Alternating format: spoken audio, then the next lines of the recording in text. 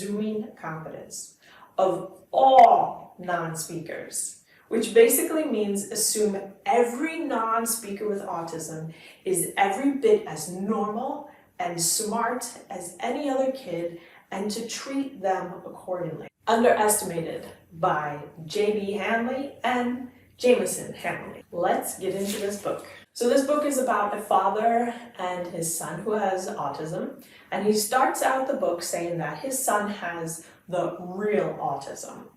And he writes, "At the risk of offending someone on the spectrum reading this book, please withhold judgment until I explain what that means for us. Jamie doesn't speak. When extremely frustrated, he can explode into a fit that ends in self-injury, the kind that has sent him to the emergency room. He has distinct mannerisms and will stim in a way that clearly signals to onlookers that Jamie has a unique disability. He has compulsions that can be hard for him to manage, like tearing leaves into very small pieces. In school, it was clear to Jamie's teacher that he was kind, sensitive, and able to track and understand many of the things said and going on around him, what's known as receptive language. Although how much he was tracking, no one really knew. Communication has always been Jamie's biggest challenge. With the exception of a handful of words to get his basic needs met, phrases like slower please, go car, help please.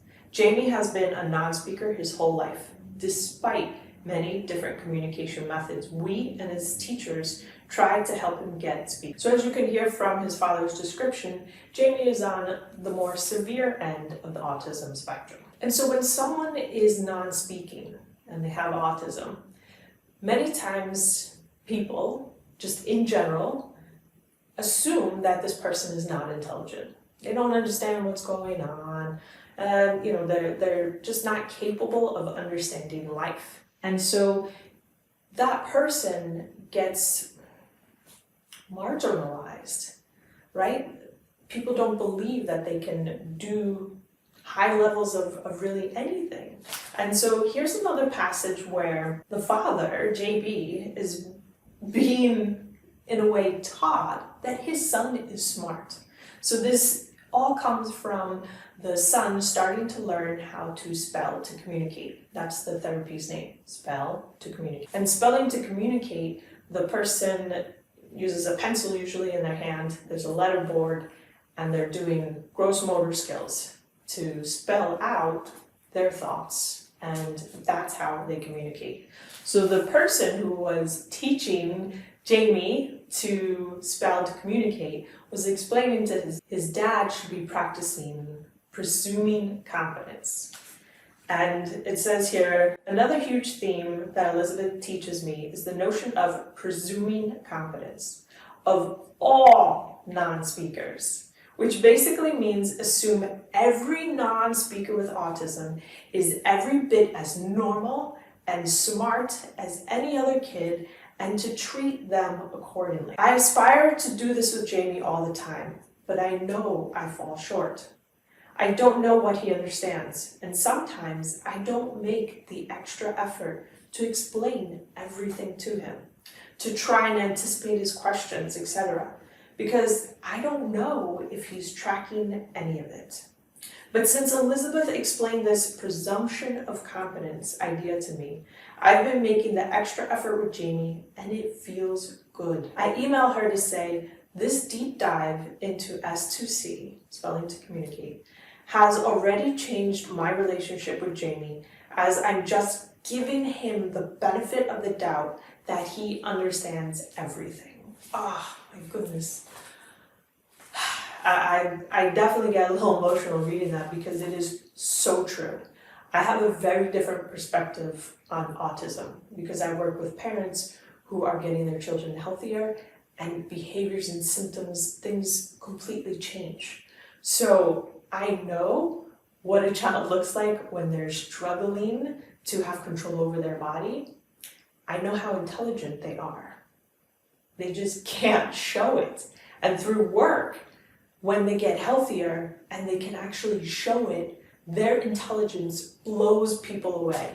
And I've seen it so many times that this is such an important lesson. And I know it's so hard to look at your child who can't speak, who might just be grunting or yelling or flapping, or just, you just look at the person and you say, I have immense love for you, but I have no idea how you could actually be functioning in all of that.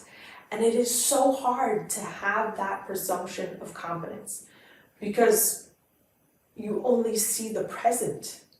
You're not able to understand what this person could be when things change. And this is something that is really important in this book. I would say the whole central theme of this book is presuming competence and almost the guilt that this father feels for learning how intelligent and how functioning his son really is, but that his body is so hard to control. And presuming competence, I know, is so hard, but that kind of like little intuition, the little voice in your mind that is saying, there is someone in there, listen to that voice, because that voice is true. This father learned after 17 years how smart his son actually is, and how capable and how understanding of everything going on, and how brilliant. It's such a difficult journey, but hopefully this video can help you believe, even when you're seeing something that would make you doubt that belief. Just keep believing. And so this passage here is about when Jamie, his son, is learning to do the spelling to communicate. And the therapist is saying, you know, when I teach kids to do this therapy, I like it to be relevant. I like the information to be fun. I like it to be joyful for the actual child. So the lesson was about popcorn. And they were talking about popcorn and movies and Cracker Jacks. And the therapist asked Jamie, what are we talking about? And Jamie, the 17-year-old boy, pokes popcorn. He spells the word. And the father says, I'm confused. I didn't even know he could spell at all.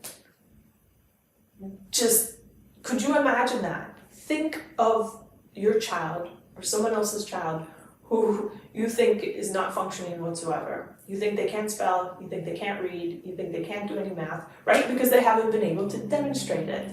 But when the child actually gets a technique that allows to show how much he knows, whoop, he's spelling.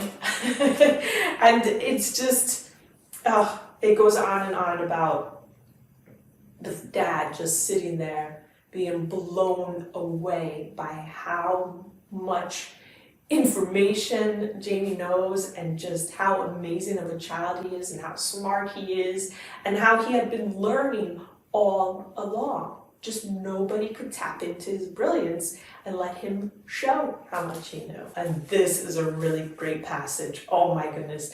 For all the times your child does something and it's like jarring, it's just like, why did you do that? This passage, let me read it. Earlier in the session, somewhat out of the blue, Jamie had an emotional outburst and bit his arm.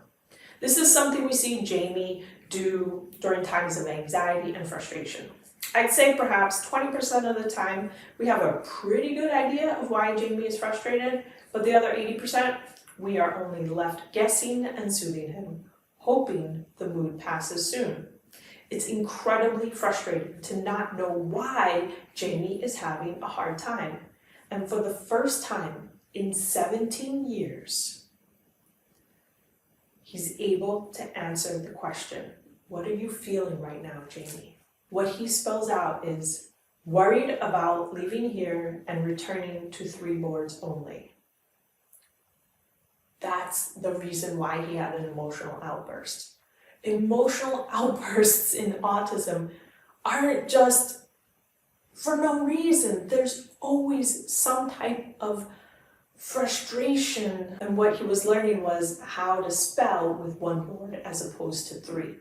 And he was, as he was in the lesson and doing this, he started thinking about, wait, when I go home, I'm gonna have to go to 3 boards again, and I'm not gonna be able to communicate the way I can now, and it's so much easier and it's so much better doing this way.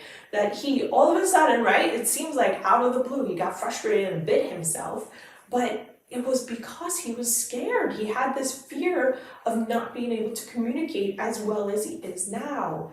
And there's always a reason for those outbursts, always. And just like the dad said, 20% of the time we knew, 80% we were guessing. And the more and more your child can communicate, the more they can explain, and then the more it makes sense, right? Doesn't that make sense? Imagine if you couldn't communicate and you had 3 boards, which took a lot of time, and you had 1 board, right?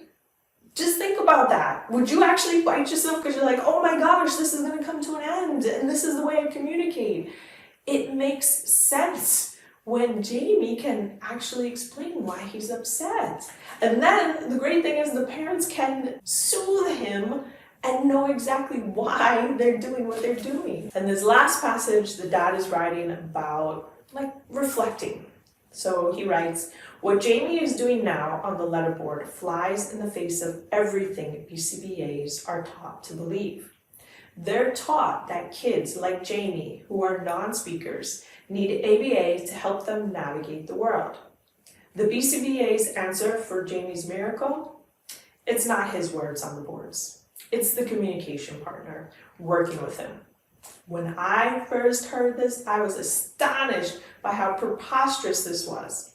It's a bit like telling my wife she didn't birth our 3 kids. Why even argue with someone who says or thinks something that ridiculous? Unfortunately, BCBAs carry a lot of weight in the autism world.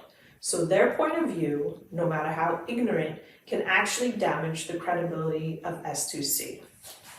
And there is controversy. 10, 20 years ago or so, there was something called facilitated communication. And that's when the arm was supported of someone who was communicating and spelling and things like that. And there's a big, long controversy about this, but the conclusion was that the people with autism were not actually communicating, that it was the person holding the hand that was actually doing the communicating. And so that's why a technique like this is controversial. However, S2C, how they're different is, yes, they're doing the spelling and all of that, but the person is only holding the letterboard. They're not moving, that arm isn't supported by anyone else. So it's much more clearer now that the person with autism is the one who's actually spelling, because nobody is touching them. There's no facilitation whatsoever. There might be encouragement and verbal prompts, things along those lines, but the person with autism is actually doing the physical motion themselves. And so that's why this technique, the S2C, is controversial, but it's not the same as the previous version of facilitated communication. It is completely unfortunate that people with autism are marginalized this much. It's astonishing. It's so outrageous, it's even hard to fathom how marginalized someone who can't speak is. It's just not right whatsoever. And there are so many different spellers out there who have severe autism, right? So their behaviors haven't changed, but they're able to communicate. They're able to show how intelligent they are. And I really hope more and more of these wonderful people write books and show that people with autism, regardless of their behaviors, are intelligent, they're tuned into their environment, they want to learn, they want to have a great life. And this book is one example of many of that situation and of that ability for your child. So hopefully this book will inspire you a little bit and encourage you to keep going, because your child is smart. There's so much inside there. And I know it's frustrating to have to try all these different things to figure out what works, but keep going.